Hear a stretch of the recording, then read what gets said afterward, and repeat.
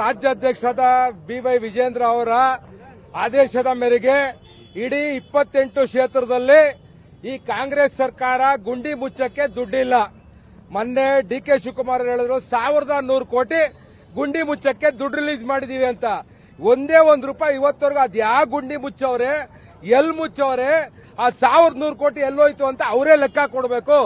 ಮಾತೆತ್ರ ಲೆಕ್ಕ ಕೊಡಿ ಅಂತಾರೆ.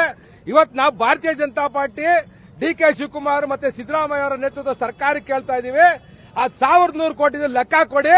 ನಾವ್ ಬೇಕಾದ್ರೆ ನಿಮ್ಗೆ ಬೆಂಗಳೂರಲ್ಲಿ ಎಷ್ಟು ಗುಂಡಿಗಳಿದೆ ಅಂತ ಲೆಕ್ಕ ನಾವು ಕೊಡ್ತೀವಿ. ನೀವು ಖರ್ಚು ಮಾಡಿರೋ ದುಡ್ಡು ಎಲ್ಲೋಯ್ತು ಅಂತ ನೀವು ಲೆಕ್ಕ ಕೊಡಬೇಕು. ಇವತ್ತು ಇಡೀ 28 ಕ್ಷೇತ್ರದಲ್ಲಿ ಈ ರೀತಿ ನಮ್ಮ ಭಾರತೀಯ ಜನತಾ ಪಾರ್ಟಿಯ ಕಾರ್ಯಕರ್ತರು, ನಮ್ಮೆಲ್ಲ ನಾಯಕರು ಇವತ್ತು ಗುಂಡಿ ಮುಚ್ಚ ಅಂತ ಸಾಂಕೇತಿಕವಾಗಿ ಶುರು ಮಾಡಿದ್ದೀವಿ. ಮುಂದಿನ ದಿನಗಳಲ್ಲಿ ಎಲ್ಲೆಲ್ಲಿ ಗುಂಡಿ ಇದೆಯೋ ಅದನ್ನ ನಮ್ಮ ಕಾರ್ಯಕರ್ತರು ನಾವು ಮುಚ್ತೀವಿ.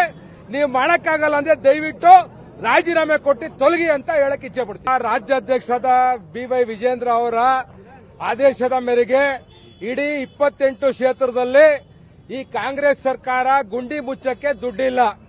ಮೊನ್ನೆ ಡಿ.ಕೆ. ಶಿವಕುಮಾರ್ ಹೇಳಿದ್ರು 1100 ಕೋಟಿ ಗುಂಡಿ ಮುಚ್ಚಕ್ಕೆ ದುಡ್ಡು ರಿಲೀಸ್ ಮಾಡಿದೀವಿ ಅಂತ. ಒಂದೇ ₹1 ಇವತ್ತವರೆಗೂ ಅದ್ ಯಾವ ಗುಂಡಿ ಮುಚ್ಚವ್ರೆ, ಎಲ್ ಮುಚ್ಚವ್ರೆ, ಆ 1100 ಕೋಟಿ ಎಲ್ಲೋಯ್ತು ಅಂತ ಅವರೇ ಲೆಕ್ಕ ಕೊಡಬೇಕು. ಮಾತೆತ್ರ ಲೆಕ್ಕ ಕೊಡಿ ಅಂತಾರೆ. ಇವತ್ತು ನಾವು ಭಾರತೀಯ ಜನತಾ ಪಾರ್ಟಿ ಡಿ.ಕೆ. ಶಿವಕುಮಾರ್ ಮತ್ತೆ ಸಿದ್ದರಾಮಯ್ಯ ಅವರ ನೇತೃತ್ವದ ಸರ್ಕಾರಕ್ಕೆ ಕೇಳ್ತಾ ಇದೀವಿ, ಆ 1100 ಕೋಟಿ ಲೆಕ್ಕ ಕೊಡಿ.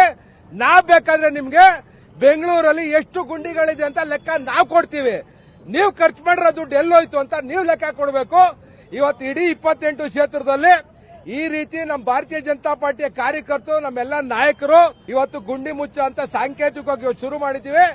ಮುಂದಿನ ದಿನಗಳಲ್ಲಿ ಎಲ್ಲೆಲ್ಲಿ ಗುಂಡಿ ಇದೆಯೋ ಅದನ್ನ ನಮ್ಮ ಕಾರ್ಯಕರ್ತರು ನಾವು ಮುಚ್ತೀವಿ. ನೀವು ಮಾಡಕ್ಕಾಗಲ್ಲ ಅಂದ್ರೆ ದಯವಿಟ್ಟು ರಾಜೀನಾಮೆ ಕೊಟ್ಟು ತೊಲಗಿ ಅಂತ ಹೇಳಕ್ ಇಚ್ಛೆ ಪಡ್ತೀವಿ.